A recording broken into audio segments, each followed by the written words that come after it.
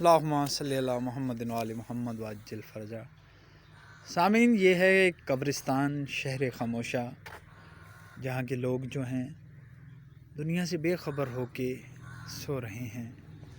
یہ وہی لوگ تھے جو کبھی لاکھوں کروڑوں اربوں کھربوں پتی ہوا کرتے تھے، جن میں بے حد غرور ہوا کرتا تھا، بے حد اکڑ ہوا کرتی تھی، بے حد تکبر ہوا کرتا تھا۔ لیکن آج دیکھیے کہ یہ مٹی کی ڈھیری ہیں، کوئی ان کا پرسان حال نہیں۔ ان کے اپنے بھی جو ہیں وہ یہاں شاذ و نادر ہی آتے ہیں، کوئی ان کی خبر گیری کرنے والا نہیں۔ نہج البلاغہ میں مولا علی علیہ السلام فرماتے ہیں کہ قبرستان جایا کرو، تمہیں اپنی آخرت یاد رہے گی۔ قبرستان جانے سے انسان دنیاوی یہ جو اٹریکشن ہے اس سے بچا رہتا ہے۔ انسان کو یہ باور ہوتا ہے کہ ایک دن میں نے بھی جو ہے قبر کے نیچے جانا ہے، جہاں میری ہڈیاں جو ہیں وہ بھی نہیں رہیں گی، میں کیڑوں کی خوراک ہو جاؤں گا، اور نہ جانے سانپ بچھو کیا کیا میری قبر میں ہو۔ انسان کو چاہیے کہ قبرستان آئے، کیونکہ بہلول سے کسی نے پوچھا قبرستان کیوں بیٹھتے ہو، تو بہلول نے کہا میں ان لوگوں میں بیٹھا ہوں جو نہ غیبت کرتے ہیں، نہ پیٹھ پیچھے میری برائی کرتے ہیں، اس وجہ سے میں قبرستان آتا ہوں اور قبرستان بیٹھتا ہوں۔ روایات میں ہے، نبی کریم صلی اللہ علیہ وآلہ وسلم فرماتے ہیں کہ قبرستان جایا کرو، تمہیں اپنی آخرت یاد رہے گی۔ آپ فرماتے ہیں، روایات میں ہے کہ ایک مرتبہ نبی کریم صلی اللہ علیہ وآلہ وسلم جو ہے ایک جگہ سے گزر رہے تھے، اصحاب ساتھ تھے۔ رستے میں ایک قبر کے پاس سے جب گزر ہوا تو صحاب کو کہا سرکار نے کہ جلدی جلدی یہاں سے آگے نکلو۔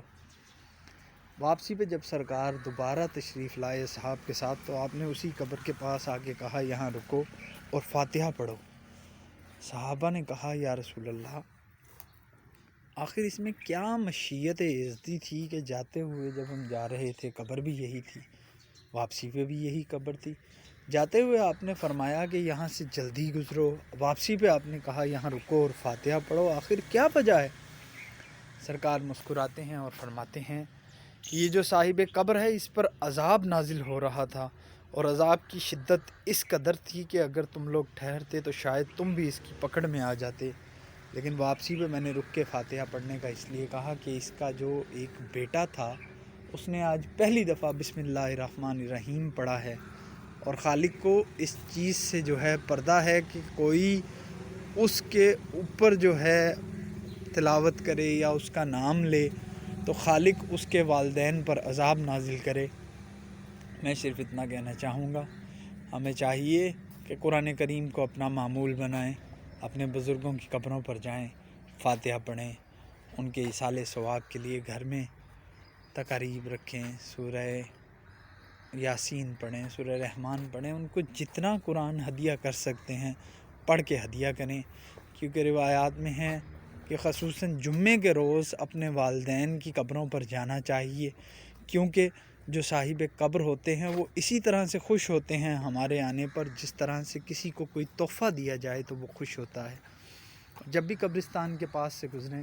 تو پڑھنا چاہیے کہ السلام علیکم یا اہل القبور، اے قبروں میں سونے والو تم پر سلام، کیونکہ یہ قبرستان میں دفن لوگ سن رہے ہوتے ہیں، گو کہ ان کی قوت گویائی سلب ہو چکی ہوتی ہے۔ اللہ تعالی ہم سب کو عمل صالح کرنے کی توفیق عطا فرمائے، اللہ تعالی ہماری آخرت بہتر کرے، اللہ تعالی میرے والد صاحب پیر ناظم شاہ صاحب کو صحت کلی عطا فرمائے، ملک شہزاد صاحب کے والدین کو جنت الفردوس میں اعلیٰ مقام عطا فرمائے، جس نے دعاؤں کے لیے کہا ہے اس کی دعائیں مستجاب فرمائے، ہمیں ایسا بنا دے جیسا وہ چاہتا ہے، جیسا کہ مولا علی علیہ السلام فرماتے ہیں کہ یا الہی میں نے تجھ کو ایسا پایا جیسا تو چاہتا تھا،